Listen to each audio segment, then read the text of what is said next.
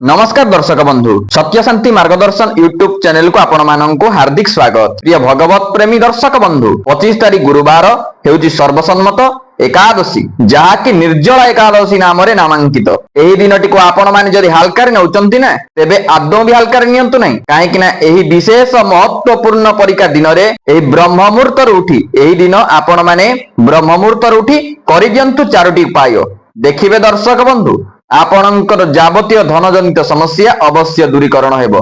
तत्सहित आपणक भितरे आसीबो एक बड़ परिवर्तन। तत्सहित एही चारोटी महाकार्य ब्रह्म मुहूर्त माने 25 तारीख गुरुवार दिन जहाँकि सर्वसम्मत एकादशी एही दिन चारोटी कार्य करिनेबा क्षणी आपण आपणक समस्त इच्छा अभिलाषित थिबा समस्त वस्तु आपण से सब किछि प्राप्त करिबा सहित आपण ईश्वरंक पाखरे आपणक प्रत्येक इच्छार मध्य पूर्ति करि पारंती। आज्ञा हाँ दर्शक बंधु सेही सब विषय वस्तु जहाँकि आपणको एपर्यंत प्राप्त होई पारि नाही। जदि आपण माने एही एकादशी माने 25 तारीख गुरुवार एकादशी रे आपण ब्रह्म मुहूर्त उठी आपण माने चारोटी कार्य करि नेउछंती आपणकर इच्छित समस्त वस्तु आपणको अवश्य प्राप्त होई थाए। बास केवल आपण माने एही दिन ब्रह्म मुहूर्त शय्या त्याग करी केवल चारोटी कार्य करिनेबार अछि। विश्वास करंतु दर्शक बंधु जदि आपण माने एही दिन ब्रह्म मुहूर्त उठी चारि कार्य करि नेउछंती ना तेबे आपण आपणक सक्सेस पाखक पहुंचीबाकू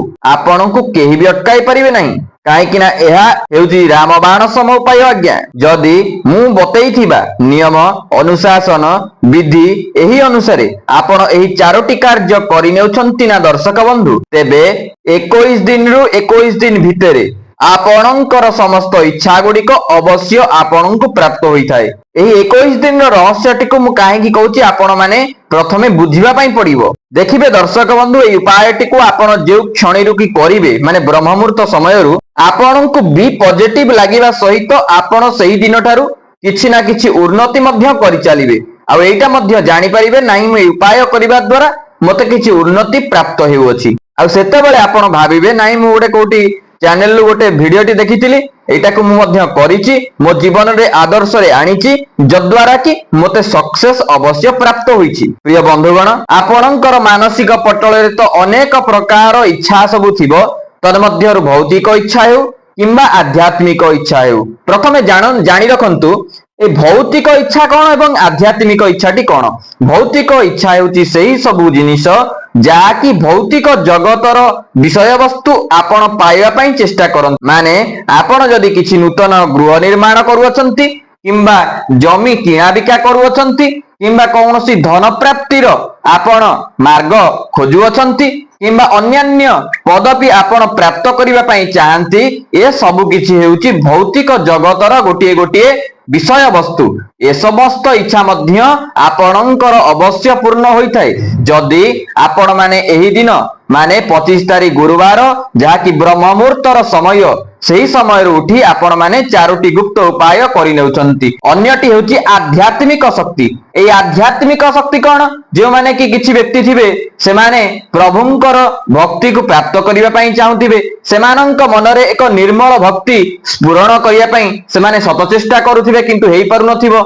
एही इच्छा मध्य आपणकर अवश्य प्राप्त होइथाय जदि आपण माने ब्रह्म मुहूर्त रु एही दिन उठी चारोटी कार्य करि नेउछंती। प्रिय बंधुगण जदि आपण माने एही दिनटी को हल्का रे नेउछंती तो आदौ भी भूल करंतु नहीं, काहेकि ना अन्य दिन अपेक्षा एही दिन माने निर्जला एकादशी दिन अनेक प्रकार पॉजिटिविटी ऊर्जा मर्त्यमंडल रे 10,000 गुणा अधिक बास करिथांती। विश्वास करंतु दर्शक बंधु आमे तो खाली उपाय को कहि देबु किंतु करिबा दायित्व होची आपणकर। प्रिय बंधुगण आपण माने कोन जानिचंती सेही ब्रह्म मुहूर्तर समय जहाँकि स्वतंत्र रूप से शांत एवं कोलाहल विहीन मुहूर्तटीए जहाँकि सेही पक्षी मानंकर सुमधुर स्वर एही परिवेश आपणकर चतुर्पार्श्विक स्थिति को गोटे पॉजिटिविटी ऊर्जा क्रिएट करथाय। एही ब्रह्म मुहूर्त समय रे स्वयं 33 कोटी देवादेवी सहित माता महालक्ष्मी तत्सहित प्रभु नारायण मध्य ଆପଣଙ୍କ ଗୃହକୁ ଯିବା ଆସିବା କରିଥାନ୍ତି ଅଦୃଶ୍ୟ ରୂପରେ। ପୁଣି ଏଇ ଦିନ ପଡୁଛି ନିର୍ଜଳା ଏକାଦଶୀ, ପୁଣି ଗୁରୁବାର, ଲକ୍ଷ୍ମୀ ନାରାୟଣ ବ୍ରତ। ମାନେ ଆପଣ ବିଶ୍ୱାସ କରିପାରିବେନି ଦର୍ଶକ ବନ୍ଧୁ, ତିନୋଟି ମହାସଂଯୋଗ ଏହି ଦିନ ପଡୁଅଛି, ଯାହାକି ଆପଣଙ୍କର ଭାଗ୍ୟକୁ ପରିବର୍ତ୍ତନ କରିବାର ସାମର୍ଥ୍ୟ ଏହି ବିଶେଷ ଦିନରେ ଅଛି। ପ୍ରିୟ ବନ୍ଧୁଗଣ, ଆପଣଙ୍କ ଫ୍ୟାମିଲି ଭିତରେ ଯେଉଁ ବୃଦ୍ଧ ବୟସ୍କ ବ୍ୟକ୍ତି ବିଶେଷ ମାନେ ଅଛନ୍ତି, ଆପଣଙ୍କର ଜେଜେବାପା ଥିବେ, ଆପଣଙ୍କର ଜେଜେମା ଥିବେ, ତାଙ୍କୁ ଟିକେ ଆପଣ ପଚାରିକି ବୁଝିବେ ପ୍ରକୃତରେ ସେମାନଙ୍କର ଦିନଚର୍ଯ୍ୟା କେମିତି ଥିଲା, ବ୍ରହ୍ମ ମୁହୂର୍ତ୍ତର ଦିନଚର୍ଯ୍ୟା ସେମାନେ ଆପଣଙ୍କୁ ଅତି ବିଶେଷ ରୂପରେ ଆପଣଙ୍କୁ ଭଲ ଭାବରେ ବୁଝେଇକି ଇଲାବୋରେଟ କରିକି ବୁଝେଇବେ। ସେମାନେ କଣ କରନ୍ତି, ତଥାପି ମୁଁ ଆପଣଙ୍କୁ କହି ରଖୁଛି, ଆମ ଜେଜେବାପା ମାନେ ସବୁ ଯାହା ମାନେ କରୁଥିଲେ, ଯୋଉଟା ଏବେ କରୁଛନ୍ତି, ଆମକୁ ଯାହା କହୁଛନ୍ତି ଶିକ୍ଷା ମିଳୁଛି, ସେମାନେ କଣ କରନ୍ତି ନା ବ୍ରହ୍ମ ମୁହୂର୍ତ୍ତ ଉଠିବାକୁ ହେଲେ, ବ୍ରହ୍ମ ମୁହୂର୍ତ୍ତ ସମୟ ହଉଛି 3:45 ରୁ 4ଟା, ତାର 9 ଘଡ଼ି ପୂର୍ବରୁ ସେମାନେ ସେମାନଙ୍କର ସବୁ କିଛି ନିତ୍ୟକର୍ମ ସାରି ସେମାନେ 9 ଘଡ଼ି ପୂର୍ବରୁ ଶୟନ କରୁଥିଲେ। ତା ପୂର୍ବର ଦିନଚର୍ଯ୍ୟା ମୁଁ କହୁଛି, ଯୋଉ ଦିନ ବ୍ରହ୍ମ ମୁହୂର୍ତ୍ତରେ ଉଠିବେ ତା ପୂର୍ବ ଦିନ କଣ କରୁଥିବେ, ସେମାନେ ନା ଅତି ମାନେ ବେଳାବେଳି ଖାଦ୍ୟ ଗ୍ରହଣ କରିବେ। ସୂର୍ଯ୍ୟାସ୍ତର ପୂର୍ବରୁ ସେମାନେ ଖାଦ୍ୟ ଗ୍ରହଣ କରିନେବେ ଏବଂ ସ୍ୱଳ୍ପ ଖାଦ୍ୟ ଖାଇବେ। ତତ୍ସହିତ ସେମାନେ 100 ପାଦ ଚଲାଚଲି ଟିକେ କରନ୍ତି ଏବଂ ବଜ୍ରାସନରେ ବସନ୍ତି କିଛି ସମୟ 5 ମିନିଟ୍। ତାପରେ ସେମାନେ କଣ କରନ୍ତି ନା ଶୟନ କରି ନିଅନ୍ତି। ଶୟନ କରିସାରିଲା ପରେ ଠିକ 9 ଘଡ଼ି ମାନେ 3:45 ରୁ 4ଟା ସମୟରେ ସେମାନେ ସେମାନଙ୍କର ଶଯ୍ୟା ତ୍ୟାଗ କରନ୍ତି। ଏଇଠାରୁ ସେମାନେ ସେଇ 4ଟି କାର୍ଯ୍ୟ କରିଥାନ୍ତି।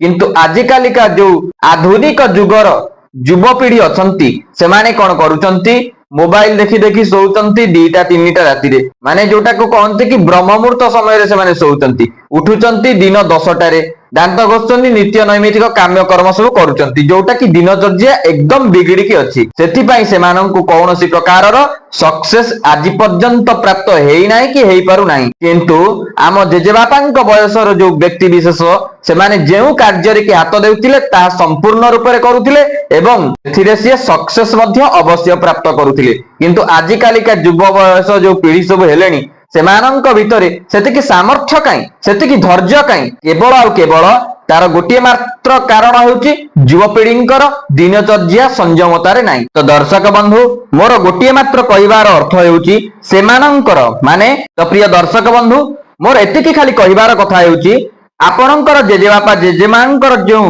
ନିଦ୍ରାଟି ଭାଙ୍ଗି ଯାଉଥିଲା 3:45 ରୁ 4ଟା ଭିତରେ, ତ ଆପଣ ମାନଙ୍କର କାହିଁକି ଭାଙ୍ଗୁନି? ତାର ଏକମାତ୍ର କାରଣ ହେଉଛି ଆପଣଙ୍କ ଭିତରେ ଆଳସ୍ୟତା ଭରପୁର ଆକାରରେ ଅଛି, ଆପଣଙ୍କର ଦିନଚର୍ଯ୍ୟା ବିଗିଡିକି ଅଛି।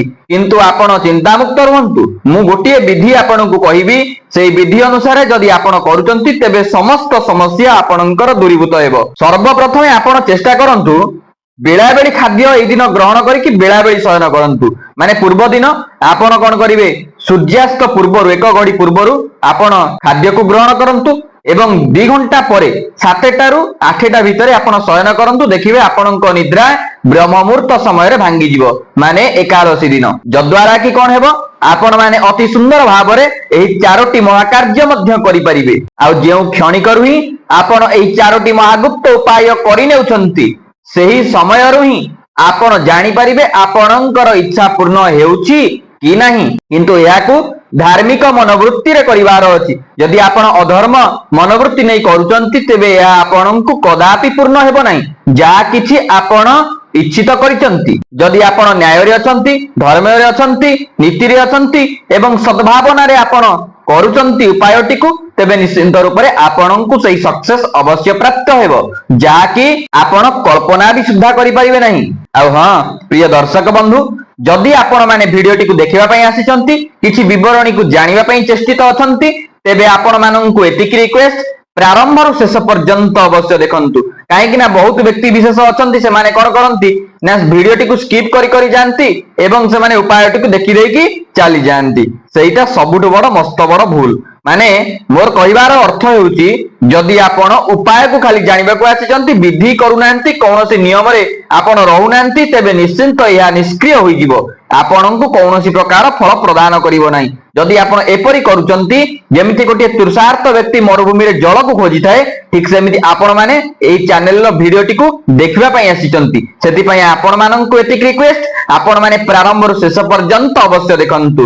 द्वितीय कथाटी आपण माने जदि आमर चैनल रे नुआ करी आसीचंती तेबे आपण माननकु एतिकी अनुरोध आमर एमतिका स्पिरिचुअलिटी एवं एमतिका मोटिवेशनल वीडियो पाइबा पई हेले आपण माने आम सत्य शांति मार्गदर्शन यूट्यूब चैनल टी को सब्सक्राइब करि नियंतु पाखरे थिबा बेल आइकन टी को प्रेस करंतु वीडियो टी गोटे लाइक करंतु शेयर करंतु कमेंट बॉक्स रे ओम नमो लक्ष्मी नारायणाय नमः नचेत ओम नमो भगवते वासुदेवाय नमः। दर्शक बंधु आमर दिनचर्या भितरे ब्रह्म मुहूर्त ही आम दिनचर्या आरंभ होइताय। एही चारोटी मुख्य कार्य कोन सही कार्य केमिति करिवे के उपाय रे करिवे एबे आसंतु आमे तार डिटेल्स रे जानिबा। प्रथम कथा बहुत व्यक्ति विशेष माने उठंती सज्जा त्याग करंती तापरे से माने सेमानंकर माने दैनंदिन कार्य गुड़िक करि पकांती किंतु सेमानंकु प्रथमतः बुझिबा पई पड़िबो प्रथम दिनचर्याटी आमर कोन रही थाए। प्रथम दिनचर्या आपण जेतेबेले सज्जा त्याग करूछंती सेउठारु ही आरंभ होइताए प्रथम दिनचर्या। प्रथमे आपण कोन करिवे पद्मासन रे बसी जांतु सेही बेड उपरे आपण बसिबे आपणकर डाहाण पादकु भांगी बाम जंघ उपरे बाम पादकु भांगी की डाहाण जंघ उपरे रखंतु एवं आपण एकदम सीधा बसंतु मेरुदंड सीधा करंतु बसी जांतु। तत्परे आपण माने कोन करंतु ना आपणकर दुई हस्तर जो पापुली अछि सेही पापुली को टिका आपण माने दर्शन करिवे रेखा गुडी को ऊर्ध्वमुख करी आपण सेही रेखा गुडी को दर्शन करंतु। दर्शन करिबा पूर्वक गोटे मंत्र को उच्चारण करंतु। कोन सेही मंत्र ओम कराग्रे वसते लक्ष्मी कर मध्ये सरस्वती कर मूले तु गोविंद प्रभाते कर दर्शनम। एही मंत्रटी को उच्चारण पूर्वक आपण माने आपणक कर दर्शन करंतु। जदि मंत्रटी को आपण माने बोलिबा को असमर्थ प्रकाश करूछंती तेबे आपण माने 5 थर ओम सूर्य नारायणाय नमः ओम घृणी सूर्य आदित्याय नमः नचेत ओम घृणी सूर्य आदित्याय नमः केवल आपण उच्चारण करि परिबे। देखिबे दर्शक बंधु सूर्य महाप्रभुंकर सूर्य नारायणंकर अहेतुक कृपा आपणंकु प्रारंभरु ही प्राप्त हेबो एवं आपणंकर दिन तमाम करूथिबा प्रत्येकटी कार्य जाकी आपणंकु सफलता प्राप्त करिबा सहित आपणंकर चिंताधारा को मध्य पॉजिटिविटी रखिबो जद्वारा कि आपण प्रत्येकटी क्षेत्र रे ऊर्जावान रहिबा सहित आपणंकर प्रत्येकटी कार्य सफलतापूर्ण निश्चिंत रूप रे हेबो। द्वितीय उपाय प्रथम उपाय तो आपण जानिले कर दर्शन। द्वितीय उपायटी हेउची दर्शक बंधु धरित्री प्रणाम। प्रथम कथा कहबाकू गले आमे रज शेष जो धरित्री वसुंधरा माता को पूजा करिथाउ बा सेतिकी आउ आमे केबे भी तांको टिके मने पकई न थाउ किंतु आपण सबुटु मस्त बड़ भूल करूचंती जांको ऊपर खेलुचंती जांको ऊपर आपण चलाबुला करचंती प्रत्येकटी कार्य करूचंती जांको ऊपर आपण चाष करी आपणकर उदर पोषण करूचंती किंतु आपण तांको भूली जाउचंती। आमर होचंती तीनोटी माता प्रथमटी हेउची गोमाता द्वितीयटी हेउचंती धरित्री माता तृतीय होचंती आमर जन्म कला माता। सेही तन्मध्यरु आमे धरित्री मातांकु टिके भूली जाउचे जोटा कि आमे मस्त बड़ भूल करूचे। प्रथम उपाय रे आमे सूर्य देव जहा कि आमर ऊर्ध्व रे अछंती द्वितीय उपाय रे आमे धरित्री को प्रणाम कले ता भितरे आमे रहिले ना नहीं तेबे आपण माने धरित्री प्रणाम करंतु। धरित्री को प्रणाम करिवार गोटे मंत्र अछि जदि जानिचंती तो करन नचेते आपण एही मंत्रटी को नोट करी लिखि दियंतु। कोन सेही मंत्र ओम समुद्र वसने देवी पर्वत स्तन मंडले विष्णुपतिर नमस्तुभ्यं पाद स्पर्शं क्षमास्वमे। एतिकी उच्चारण पूर्वक आपण धरित्री मातांकर धूली को टिके नै आपणक मस्तक रे लगांतु। जदि मंत्रटी को बोलिबा को असमर्थ प्रकाश करूचंती तेबे आपण माने ओम धरित्री देव्यै नमः 5 थर उच्चारण करिवे। धरित्री देव्यै नमः कहि कि आपण धरित्री मातांकर सेही धूली को टिके नै मस्तक रे लगांतु। मांकर आशीर्वाद रहिले संतान बहुत उपरकु जानती। एटा आपण जानिचंती कि नाही तो मु कहि परिबि नाही किंतु एही उपायटी बहुत महत्वपूर्ण एवं गुरुत्वपूर्ण जाकी आपनको सफलतार श्रेष्ठतर उच्चतर नेकी पहुंचेबो एही उपाय। द्वितीय उपायटी सइला। तृतीय नंबर उपाय रे आपणकर फिजिकल एक्टिविटीज काई के कथा मु कहूची आपणक शरीर को तेज रखिबो एवं आपणकर ब्रह्म को मध्य या सतेज रखिबा सहित आपणकर कहिबार शैली तत्सहित समस्त क्रियाकलाप को या सात्विक करिवो। कोन सेही तृतीय उपायटी आपण स्नानादि कर्मरु निवृत्त होई साइला परे आपण माने किछि योगासन करंतु प्राणायाम करंतु फिजिकल एक्टिविटीज करंतु 1 घंटा पर्यंत आपणक शरीर को टिके थकांतु। तत्परे आपण माने कोन करिवे एतिकी कार्य करि साइला परे देखिबे दर्शक बंधु ଆପଣଙ୍କର ଶରୀରରେ ଏକ ନୂତନ ଊର୍ଜା ଯେମିତି ସଞ୍ଚାର ହଉଛି ସେମିତିକା ଆଭାସ ହେବ। ତତ୍ସହିତ ଆପଣଙ୍କୁ ବି ପଜିଟିଭିଟିର ଊର୍ଜା, ଆପଣଙ୍କୁ ଦିନ ସାରା ଭରପୁର ଏନର୍ଜି, ଯେମିତି ଗୋଟେ ମୋବାଇଲ ଚାର୍ଜ ହେଲା ପରେ, ମୋବାଇଲ 100% ଚାର୍ଜ ହେଲା ପରେ ମୋବାଇଲଟି ପୁରା ଆକ୍ଟିଭ ଥାଏ, ଠିକ ସେମିତି ଆପଣ ଚାର୍ଜ ହେଇଯିବେ ଏହି ଯୋଗାସନ, ପ୍ରାଣାୟାମ, ବ୍ୟାୟାମ ଏଇ ସବୁ କରିବା ଦ୍ୱାରା। ତ ତୃତୀୟ ଉପାୟ ବାବଦରେ ଆପଣ ଜାଣିଲେ। ତ ଏବେ ଆସନ୍ତୁ ଜାଣିବା ଚତୁର୍ଥ ଉପାୟ ବାବଦରେ, ଯାହାକି ହେଉଛି ବୃନ୍ଦାବତୀଙ୍କ ପରିକ୍ରମା। ପ୍ରିୟ ଦର୍ଶକ ବନ୍ଧୁ, ଏଇ ଦିନ ବୃନ୍ଦାବତୀଙ୍କୁ ଜଳ ଅର୍ପଣ କରାଯାଏ ନାହିଁ, କାହିଁକି ନା ଏକାଦଶୀ ବୃନ୍ଦାବତୀ ମାତା ସ୍ୱୟଂ ତୁଳସୀ ଦେବୀ ନାରାୟଣଙ୍କ ପାଇଁ କରିଥାନ୍ତି। ଯଦି ଆପଣ ଜଳ ଅର୍ପଣ କରୁଛନ୍ତି ତେବେ ତାହା ସମ୍ପୂର୍ଣ୍ଣ ରୂପରେ ଖଣ୍ଡନ ହୋଇଥାଏ। ତେବେ ଆପଣ ମାନେ ଏହି ଦିନ ଜଳ ଅର୍ପଣ କରିବେ ନାହିଁ, ଆପଣ ମାନେ କଣ କରିବେ, ପରିକ୍ରମା କରିବେ 7 ଥର ଗୋଟିଏ ମନ୍ତ୍ରକୁ ଉଚ୍ଚାରଣ ପୂର୍ବକ। କଣ ସେହି ମନ୍ତ୍ର?